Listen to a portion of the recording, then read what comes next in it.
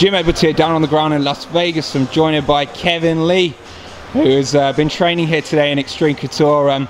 Kevin, we've not really seen much of you since the start of the year, so I guess kind of give us a rundown of what you've been up to over the last few months.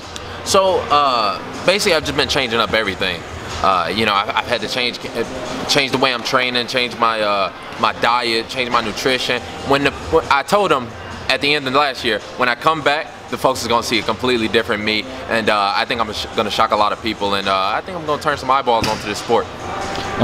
You know, I must say, you're looking pretty lean, looking very trim there. Have you been working out over the last few months? You've been keeping in shape? I've been doing my thing. You know, like I said, I'm adding a lot different to my training, just so when I come back, I show something different. That's been my goal since day one of getting into this sport. I want to be the most complete mixed martial arts fighter that there is. And I'm only 25, so I'm still growing, I'm still learning new things, I'm still adding new things to my game all the time. I'm just keeping them on the wraps because I ain't gonna give away all my secrets, but wait until the folks see what's next. I mean, I guess following that loss, there was a lot to think about, wasn't there, for you, I guess? Do you feel now you've had enough time to kind of reflect on everything, maybe it'd be fight week or even things before, and do you feel now you're in the position, I guess, to move forward? Yeah, I said it before that fight. Experience is everything in the fight game. Experience is where you learn and you grow, and I'm still doing that as a man and as a fighter. So that one took me, I think, is going to take me to a whole nother level. You know, that fight, losing that fight, and just being in there and understanding the game a little bit more. You know, a lot of people talk about respect in the sport. However, you know, respect your opponents, respect all that. I respect the game, and that fight showed me to really respect the game at all times. So I've learned from it. I've learned from my mistakes, and I'm gonna be a more complete fighter and more mature next time I step in there.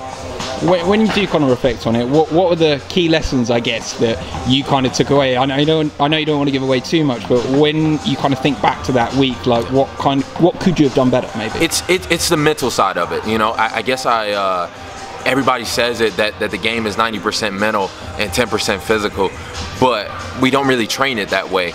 And I just kind of pushed it aside, and I didn't really, you know, all the stressors in life, I didn't really pay attention to it. I just kind of put it off and just said I can deal with it, and eventually that became a physical thing. You know, it made my weight balloon up.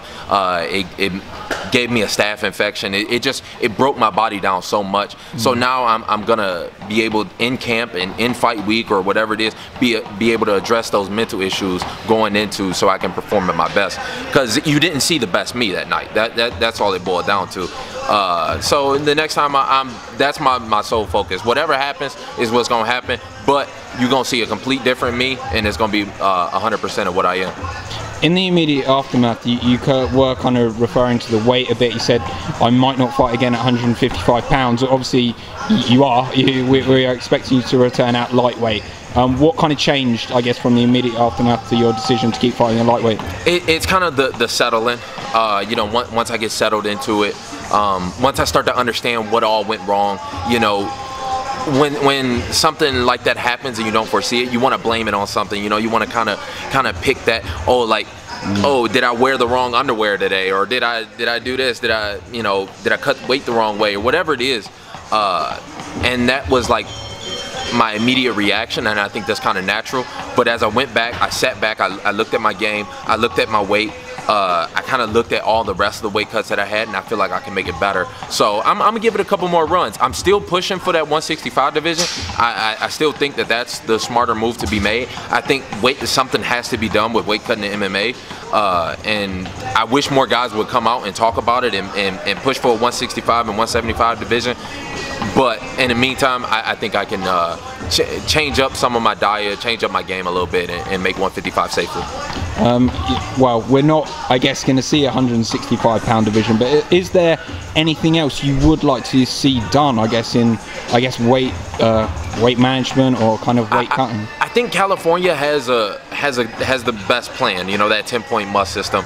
I just wish, and I think we all could be on the same page here. Like, get everybody, get all the commissions, get a national commission to be on the same page. So when you go between these different states, you don't have California with their regulations, you don't have Nevada with theirs, and and some people are using different rules and some people are using other ones. It's just, let's just make it uniform. If we go and use California's 10-point system, I think you have to add the 165-pound division in that case, and I think it's inevitable. So I don't even see what the holdup is. We've been talking about this for a year now. I guess some things are just going to be slow to rise, but eventually I think the people and the powers that be will see that it's just a smarter move to make.